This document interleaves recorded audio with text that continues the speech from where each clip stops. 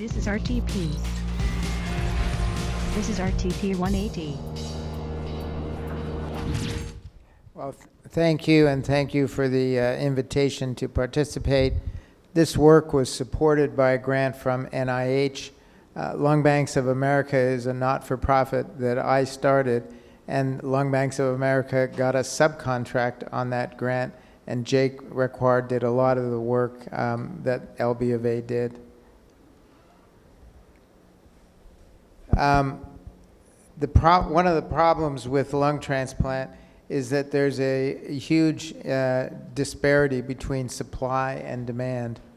There's very, very few lungs available from brain-dead donors. We currently do about 2,400 lung transplants a year in the United States from about 12,000 organ donors.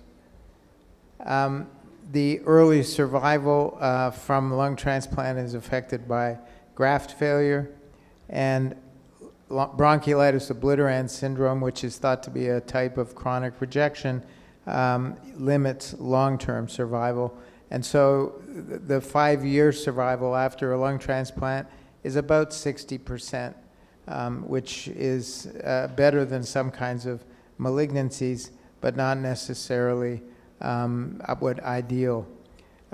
So there's been a lot of interest in how to get more lungs, and there's a huge amount of interest in this guy because taking lungs out of animals, particularly pigs, and transplanting them into humans would potentially make for a large number of organs. And there's a lot of venture capital and corporate money going into this possibility. When I was doing research as a trainee, I came across this sentence in a paper: human airway epithelial cells were retrieved from morgue specimens for culture in the usual manner. And it suddenly dawned on me that you can't grow cells that are dead. And so I wondered if somehow the Grim Reaper had missed these cells. And I thought to myself, if I was a little man in the airway and I walked all the way down the airway after somebody had died, how long would it take me to get to death? And it turns out that it would take a long time because the lung is made up largely of air, and the cells in the lung make up these tiny little alveolar walls. And so there's a lot of oxygen in the lung after you die. And in fact, lung cells don't rely on blood flow to get oxygen and get rid of CO2. And there's few metabolic functions that these cells do, so they have low energy requirements. So unlike other organs, ischemia, which is the interruption of blood flow, doesn't necessarily lead to hypoxia. So lungs live for hours after death. I think I pushed the wrong button. There we go. So the process of recovering lungs from sudden death victims was funded by NIH, and after failed resuscitation in the field or in an emergency department, the Carolina Donor Services obtained consent from next of kin, and the decedents were transported to a place where the lungs could be recovered. While that was happening, CDS obtained a detailed med and social history from the donor, and then lungs were recovered and cooled. After serologies were obtained, we did ex vivo lung perfusion, and I'll show you what that looks like. Then we did a CT scan of the lungs to see what they look like. And here's potential graphic content. If they were suitable, the plan was to perform lung transplant.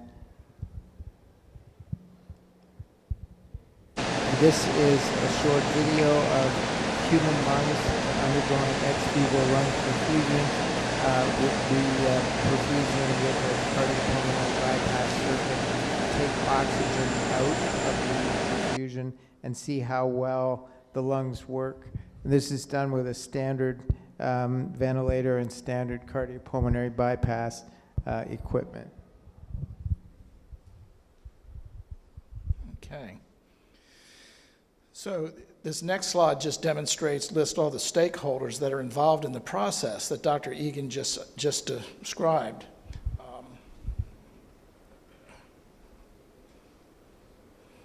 And we're just going to go through these real quickly to save time.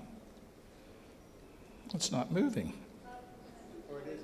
Oh, it is on there. Good. Okay. I'm going to go over here so I can see better and everything.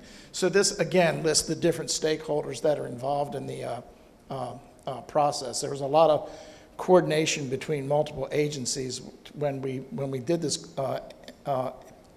NIH-sponsored clinical trial. Keep going here. Now, when you get to the impact of our work, what the potential is, you know, most of those 12,000 organ donors that was mentioned in the previous slide were from brain death donors. Some are from individuals that are called controlled determination of death prior to donation. These are patients that don't go on to brain death. But if you look at what the potential is just for lungs, based on this data right here, there's the potential for as many as 20,000 additional uncontrolled determination of death donors, and many of those could provide lungs. Also, right now, about 51% of all Americans over age 18 are registered as organ donors. It's not known exactly how many of that 51% would actually provide potential organs.